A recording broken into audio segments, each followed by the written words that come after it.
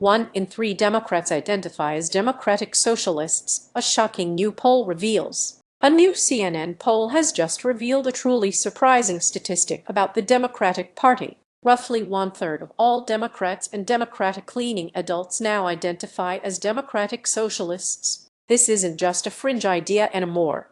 Groups like the Democratic Socialists of America, or DSA, are rapidly gaining significant influence across the national political landscape. Delving deeper into the data, 34% of those polled who lean Democrat say they see themselves as Democratic Socialists. If we look at all respondents, that number is 15%. So who are these individuals? The poll indicates they are primarily young, white Americans. In fact, 59% of those identifying as Democratic Socialists are under 45, and 57% are white. They also tend to have less than a college degree and earn under $100,000 annually. What's even more striking is their motivation to vote. 66% of Democratic Socialists say they are extremely motivated to cast their ballot this year, compared to 57% for other Democrats. This heightened enthusiasm translates into real-world victories.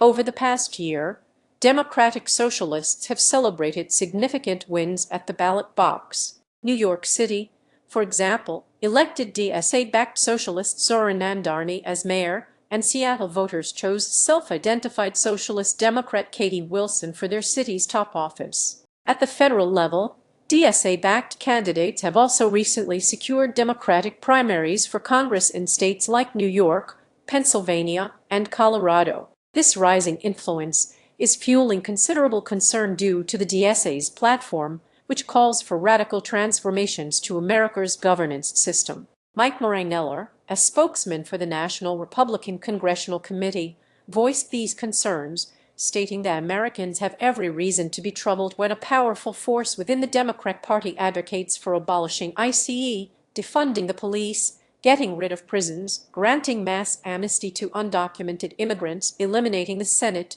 packing the Supreme Court, and raising taxes in every possible way. He called these not mainstream ideas and suggested that voters are witnessing the Democrat Party bending to what he termed radical socialist lunatics. The DSA recently updated its policy platform, which further details these ambitions. It includes eliminating the U.S. Senate entirely and replacing the President and Supreme Court with an executive and judiciary chosen by and subordinate to Congress. The platform also calls for mass amnesty for all immigrants, an immediate end to all deportations, free migration across borders, and extending full voting rights to people with criminal convictions and non-citizens. Other proposals include establishing a 32-hour work week with no reduction in pay, passing Medicare for all, canceling all student loan debt, eliminating cash bail, and implementing universal rent control. Reacting to the poll,